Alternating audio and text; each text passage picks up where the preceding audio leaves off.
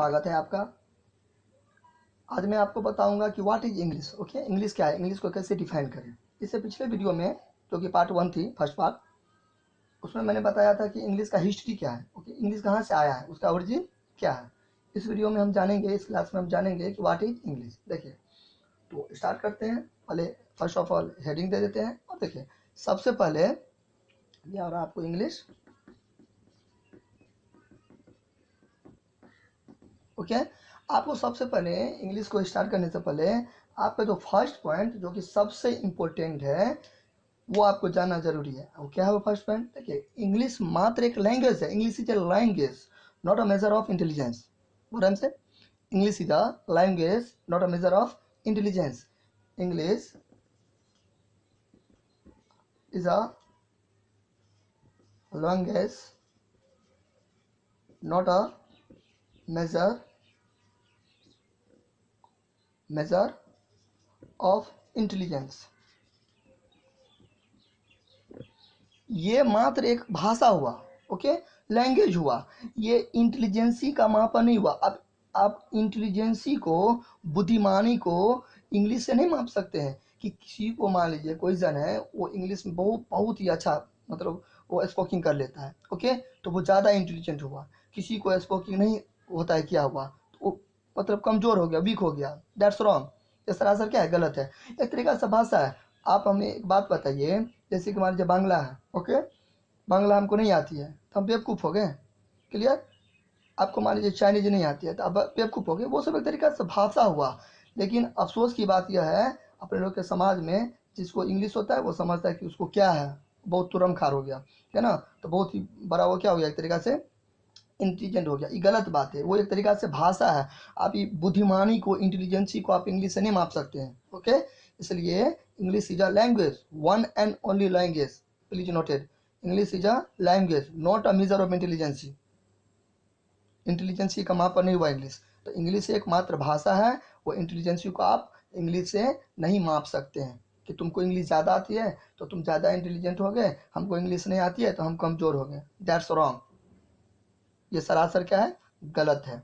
Okay, चलिए, मात्र English को एक भाषा की तरह लीजिए, उसके अलावा ये कुछ भी नहीं है, नथिंग। ओके, चलिए, अब देखिए, अब यहाँ तो फर्स्ट पॉइंट आप बोल सकते हैं, English is a language, not a measure of intelligency. यह एक मात्र भाषा है, बुद्धि का मापन नहीं है। बुद्धि को आप इंटेलिजेंसी से, मतलब बुद्धि को आप इंग्लिश से नहीं माप सकते हैं। तो इंग्लिश आती है वो भी अच्छी बात है, नहीं आती है वो भी बात है। हाँ, हालांकि और है कि सर्वाइव करने के लिए, जॉब करने के लिए, सब जगह साइंस में, टेक्नोलॉजी में, ठीक है ना, English is a language of science and technology. English is a language of science and technology. और साइंस और टेक्नोलॉजी में इंग्लिश का काम है, वो अलग बात है। पढ़ना अलग बात है, समझना अलग बात है, सीखना अलग बात है। वो एक अलग मैटर है। लेकिन जो है सो इंग्लिश से है। इंग्लिश किसी को आता है तो इंटेलिजेंट हो गया, नहीं आता है तो कमज़ोर हो गया। ये क्या है, एक तरीका से, पूरी तरीका से क्या है, गलत है। क्योंकि वो एक तरीका से भाषा है। जैसे मराठी है, जैसे चाइनीज है, जैसे नेपाली है, जैसे और भी सैकड़ों भाषाएं हैं, ठीक है ना। मात्र इंग्लिश उसके जैसा है, उसके अलावा ये कुछ भी नहीं है, नथिंग। ठीक है, तो फर्स्ट पॉइंट, आपको कोई अगर पूछेगा कि कोई भी बंदा आपसे आस्क करेगा कि व्हाट इज इंग्लिश, तो English is a language, not a measure of intelligence. Okay, चलिए आगे बढ़ते हैं। आगे क्या है, English is a global language. English is a global, English is a global language, LANGUAGE, global language which is spoken all over the world। D है। अब देखिए, English is a global language. English is a global language which is spoken all over the world. अब देखिए, global language का मतलब क्या होता है? ग्लोबल लैंग्वेज का मतलब होता है वैश्विक भाषा। ऐसा लैंग्वेज जो पूरी दुनिया में बोली जाती है, पढ़ी जाती है, लिखी जाती है, समझे तो पूरी दुनिया में बोली जाती है, बस है ना। ऐसा लैंग्वेज जो पूरी दुनिया में बोली जाती है उसको हम क्या बोलते हैं, इंग्लिश। जैसे मराठी है, पूरी दुनिया में बोली जाती है, नो। संस्कृत है, पूरी दुनिया में बोली जाती है, नो। नेपाली है, पूरी दुनिया में बोली जाती है, नो। चाइनीज पूरी दुनिया में बोली जाती है नो। तो केवल इंग्लिश ही एक ऐसा लैंग्वेज है जो मैक्सिमम हर देश में बोला जाता है, पढ़ा जाता है, लिखा जाता है, हर सिलेबस में होता है। तो कहने का मतलब है वैसा भाषा, वैसा लैंग्वेज जो पूरी दुनिया में बोली जाती है, पढ़ी जाती है और लिखी जाती है और समझी जाती है, डू वाट एवर, वो इंग्लिश होता है। ठीक है ना। ग्लोबल लैंग्वेज का मतलब है जो पूरा फैला हुआ है, जो पूरा दुनिया में जिसका बोलबाला है, तो उसको एक तरीका से क्या बोलेंगे, global language. Nepali global language नहीं हुआ। इंडिया में कहाँ ज़्यादा आदमी बोलता है नेपाली, तो नेपाली में चलेगा। मराठी मुंबई के आसपास चलेगा, कोलकाता में चलेगा बंगाली, इस हिसाब से। लेकिन इंग्लिश है, इंग्लिश तो हर गली, हर नुक्कड़, हर देश, हर विदेश, मतलब दुनिया में हर जगह फैला हुआ है, इसलिए इसको बोलते हैं ग्लोबल लैंग्वेज। तो सेकेंड पॉइंट आपका क्या हो गया, English is a global language which is spoken all over the world. तो इंग्लिश एक ऐसी भाषा है जो पूरी दुनिया में बोली जाती है, मतलब एक तरीका से वैश्विक भाषा है। ओके, थर्ड पॉइंट में आते हैं कि और क्या बात है इंग्लिश। तो English is a non phonetic language. English is a non-phonetic non-phonetic non-phonetic language। English is a non phonetic language. अब फोनेटिक क्या होता है, देखिए नॉन फोनेटिक और फोनेटिक में क्या अंतर है। जो हम पढ़ेंगे, ठीक है ना, वही हम लिखेंगे। मतलब जो चीज़ लिखा हुआ है उसी चीज़ को अगर हम पढ़ते हैं, ठीक है ना, तो उसको बोलते हैं फोनेटिक। तो हिंदी एक तरीका से फोनेटिक लैंग्वेज है, संस्कृत एक तरीका से फोनेटिक लैंग्वेज है। कैसे, जैसे देखिए, ये आप नोट कर लीजिए, इंग्लिश में एच होगा, sorry, English is a non phonetic language. तो जैसे देखिए, हमने लिखा, मान लीजिए राम, क्या लिखा, रो आकार में राम, तो राम में पढ़ेंगे। ओके, फिर देखिए विद्वान, विद्वान लिखे हैं, विद्वाने पढ़ेंगे। मतलब मेरे कहने का मतलब है कि फोनेटिक का मतलब हुआ, सिंपल में आप समझ लीजिए, PHONETIC, फोनेटिक का लैंग्वेज हुआ जो हम लिखेंगे वही हम पढ़ेंगे, फोनेटिक हुआ। लेकिन इंग्लिश फोनेटिक लैंग्वेज नहीं है। जैसे देखिए नाइफ, ये कैसे स्टार्ट है, लेकिन पढ़ते इसको नैप, ये तो नहीं है ऐसे ऐसे लिखा जाता है नैप, नहीं, नैप लिखते हैं क्या चीज़ से, कैसे है, नैप स्टार्ट होता है कैसे, ठीक है ना, लेकिन पढ़ते हैं एंड से नैप। फिर देखिए, फिर मान लीजिए हो गया एक तरीका से कोई भी चीज़, जैसे कि वर्ब, वर्ब हुआ, आर पर भी नहीं करते हैं, ये तो नहीं कहते भर्ब, ऐसे नहीं कहते भर्ब, या वर्ब नहीं बोलते, वर्ब बोलते हैं। फिर देखिए knowledge,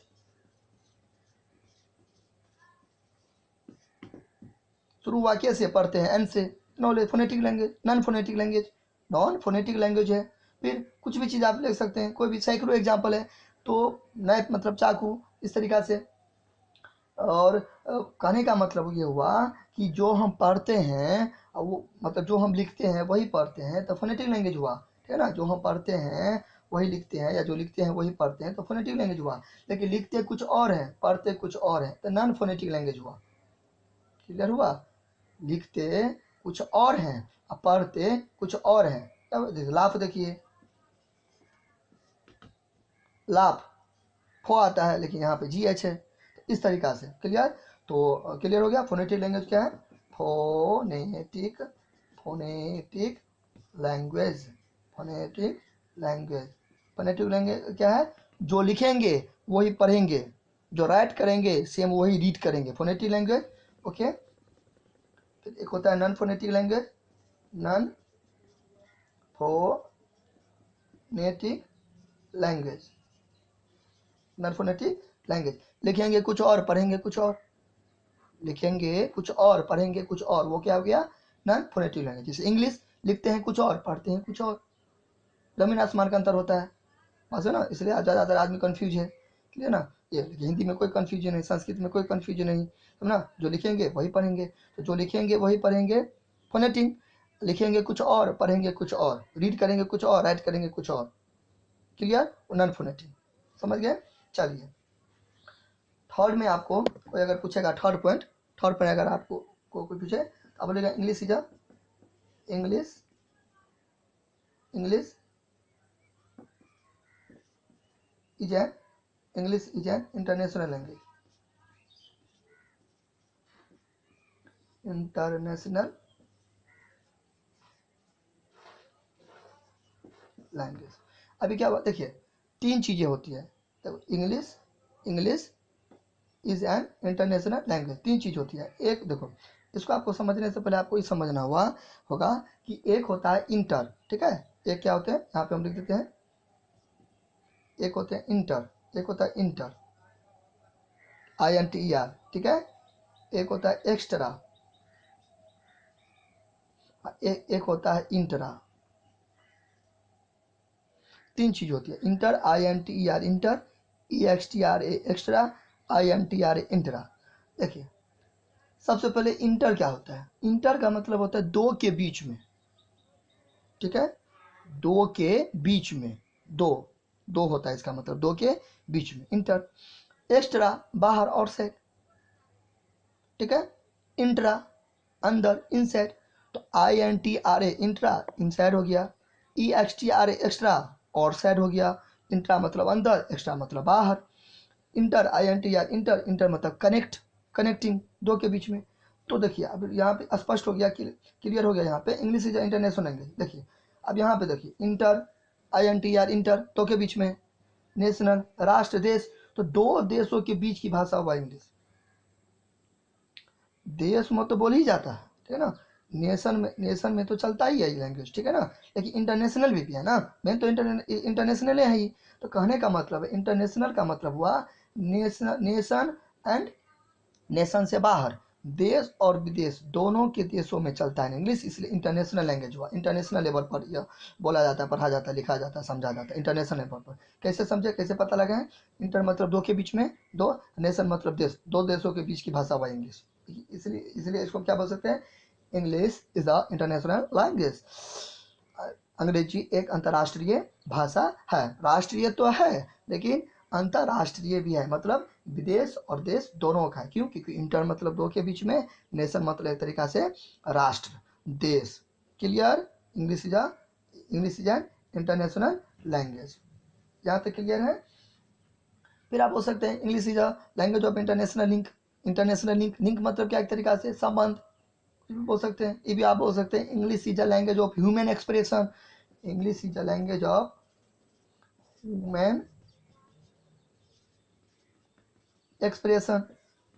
English is a language of human expression, मानव की एक प्रकार का अभिव्यक्ति है, निखार है। जैसे कि मान लीजिए 10 जन है, ठीक है। वो 10 जन में किसी के पास मान लीजिए शकल अच्छा नहीं है, गुड लुकिंग नहीं है, कपड़े अच्छे नहीं है, लेकिन वो फराटेदार इंग्लिश बोलता है, ठीक है ना। तो वहाँ पे उसका क्या होगा, धाक होगा। सुना, वहाँ पे उसका पर्सनैलिटी क्या होगा। तो एक तरीका से पर्सनैलिटी डेवलप करने का एक तरीका से क्या ही लैंग्वेज है, ठीक है ना। ह्यूमन एक्सप्रेशन का मतलब हुआ कि आप 10 जन के अंदर में मान लीजिए आप बैठे हुए हैं आप, ठीक है ना। 10 जन आपसे ज़्यादा गुड लुकिंग है, ये है वो है, कुछ भी व्हाटएवर कुछ भी है, लेकिन आपके पास कुछ भी नहीं है ना, आपके पास अच्छे कपड़े हैं ना, आपके पास लुकिंग अच्छा है, लेकिन आपके पास इंग्लिश का नॉलेज है, तो वहाँ पे आपका एक्सप्रेशन क्या हो जाता है, बढ़ जाता है। तो English is a language of human expression. Clear. फिर भी ये भी आप बोल सकते हैं English is a foreign language, ये भी आप बोल सकते हैं, ठीक है। क्लियर, बहुत सारा चीज़ है। English is the language of science and technology. तो बहुत सारी चीज़ें आपको 2-3 पूरे आप बोल सकते हैं। फर्स्ट में हमने आपको क्या बताई थी, English is a language not a measure of intelligence, ठीक है। या बोलिए English is a global language which is spoken all over the world. English is an international language.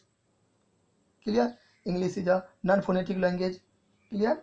चलिए, तो इस क्लास में हमने जाना, पार्ट 2 था इंग्लिश का, इसमें हमने जाना कि इंग्लिश क्या है। कोई पूछेगा व्हाट इज इंग्लिश, ठीक है ना, कोई आपके आस्क करेगा आपसे व्हाट इज इंग्लिश, इंग्लिश को डिफाइन करो, तो आपको जितना भी बताएं, कोई भी आप सब लाइन आप बता दीजिए, नहीं तो उसमें से 2-3 लाइन जो आपको पसंद आए वो आप वहाँ पे आप बता सकते हैं। क्लियर।